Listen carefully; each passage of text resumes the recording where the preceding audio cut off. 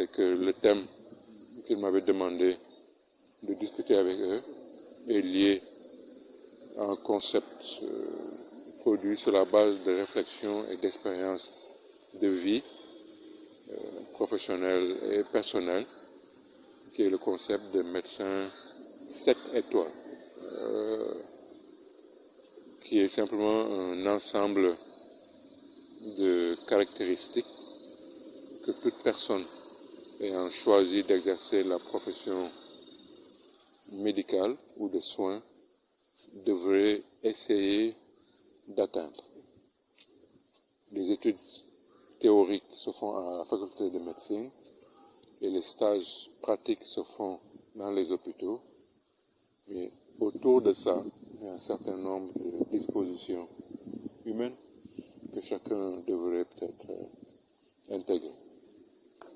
Si on peut les résumer rapidement, c'est qu'il faut être d'abord un bon praticien, apprendre l'art médical sous toutes les formes, le savoir-faire, à travers les enseignements et à travers les stages, et pouvoir être disponible pour soigner les personnes qui souffrent, qui qu'ils soient et à n'importe quel endroit sur la surface de la Terre.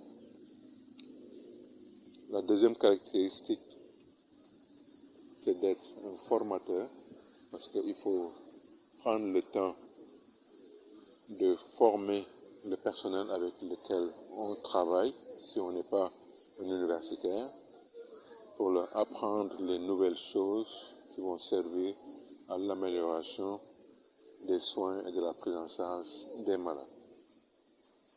Il faut être un chercheur pour magnifier le besoin de curiosité que l'on doit avoir quand on reçoit des personnes qui souffrent à une certaine fréquence et on voit des choses se dessiner qui sont peut-être à la base de leur maladie. Il faut chercher à trouver les mécanismes, les facteurs et anticiper sur ça pour pouvoir faire de la prévention et décrire les choses pour que ça serve sa communauté et voire toute l'humanité.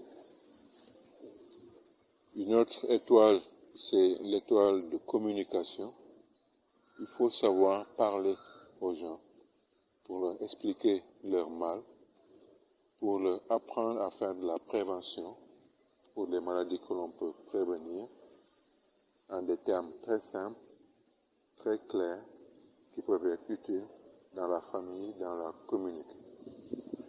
L'autre chose, c'est communiquer envers le décideur et le politique pour lui montrer la réalité de tel ou tel facteur sanitaire et en faire découler des décisions qui peuvent impacter sur l'ensemble du pays.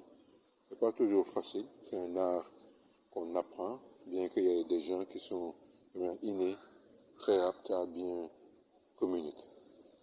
La cinquième étoile, c'est d'être un bon manager, manager des ressources humaines, matérielles, logistiques, financières, et où il y aura de l'argent ou des gens de différentes personnalités. Il faut savoir gérer ça. Pour ça, il faut être soi-même exemplaire, être très honnête, d'une honnêteté irréprochable, être sérieux, être juste, afin d'inspirer les équipes qu'on a en charge de manager, quel que soit l'endroit où on peut se retrouver. On peut se retrouver médecin, mais on peut se retrouver fonctionnaire international ou directeur d'une clinique.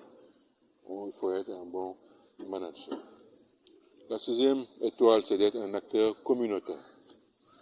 Je ne crois pas que acquérir un savoir, acquérir un savoir-faire et le limiter à sa seule sphère personnelle ou familiale soit un sens élevé de la vie dont le bon Dieu nous a gratifiés.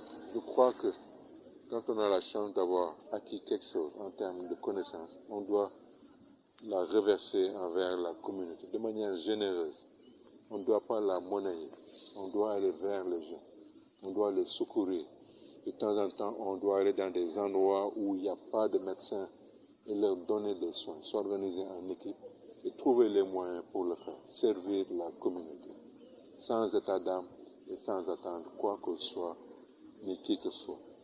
Et enfin, la septième étoile, c'est d'être citoyen du monde, être conscient de ce qui se passe partout dans le monde, voyager, voir des choses qui peuvent être positives et inspirantes, voir des choses qui peuvent être choquantes et déstabilisantes, mais y aller avec respect, en s'adaptant aux environnements, en sachant pourquoi on y est allé, qu'est-ce qu'on y acquiert, et après revenir chez nous, revenir en Afrique, traiter les gens. C'est là où se trouvent les vrais problèmes.